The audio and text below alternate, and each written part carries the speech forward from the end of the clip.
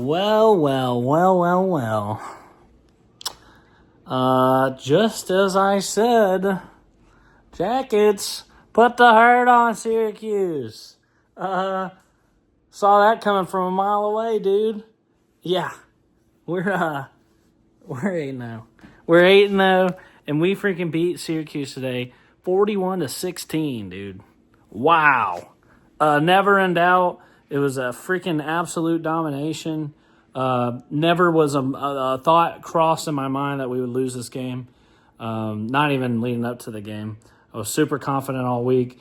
A lot of the time this year, I was so freaking scared. Like, oh my God, when are my Jackets going to blow it? When are we going to, lose to an inferior opponent? On the road, that appears to maybe be the case. Because we do, tend to do that on the road, it seems, this year. Got a road game coming up next week. Maybe it's a real opponent that can put up a freaking fight other than this Syracuse freaking dumpster fire program and team. Fran Brown absolutely humiliated and destroyed today by the Jackets. Sweet revenge, dude. Sweet revenge. We absolutely blew them out and killed them. And Fran Brown, just like I said it would, and look, Fran Brown didn't start any trouble this year because he knew exactly what was coming to him. Syracuse, you suck. I mean, they absolutely suck. Ricky Collins is a terrible quarterback. They have a horrible offense. They scored 10 points in non-garbage time. And 3 of those were off of a turnover in the red zone from a fumble from their defense. Now, their defense, well, they gave up 41, so that's not good. But they were on the field the whole game.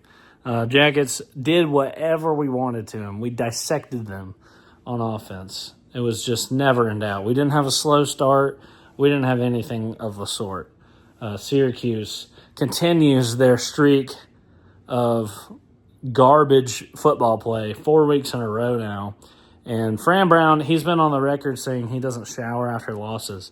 So how many weeks has it been since Fran Brown showered? It's about to be 5 weeks that Fran Brown has gone without a shower. He's a stinky son of a bitch. He stinks almost as bad as his football team. Ha! Ha! Where are the Syracuse fans at? I'm going to find all of you. I'm going to find you. If you don't come to me and apologize for terrorizing me last year, I'm going to find you. I'm going to find you, dude. They're radio silent now. Syracuse fans, give me a break. They're all the same as Fran Brown. They freaking lie down and cower. Now that they're not any good, they're freaking nowhere to be found. And they don't got anything to say anymore. Just like your freaking pansy head coach who's scared. He didn't want to start no fake freaking outrage, fake beef this week because he knew. He knew it was coming. It's been coming to him so many times this year, and you're not done either. Syracuse, you freaking suck, and you deserve every bit of the failure that has befallen you this year. And it brought me great pleasure watching my Jackets. I wish we would have put up 100 on them, but I said this in the pregame video. I'm like, look, Brent Key is not the type to run up the score. I mean, at the end of the game, don't think I wouldn't get to mention this. We took a knee on the 5-yard line. Easily could have. We had our threes in. We could have easily made it 50, 40. We could have dropped a 50 burger on you if we wanted to. We could have named the score. We have mercy. So you're welcome, Syracuse. Key's a better man than I. I would have run it in. I would have Fortnite danced. I would have Fortnite danced on their graves. But I would have totally done that. But Key is a good guy. He's a sweetheart. So he decided to have mercy on you. And he takes a knee on the 5-yard line to end the game. So you're welcome. It could have been a lot worse for you. All we're interested in is just winning. A sellout game. First one since 2015. So sold out the freaking game, dude. 8-0 Jackets. I couldn't be more excited. I'm over the moon. I'm hyped. We're going into November. We got a month of football left for the regular season.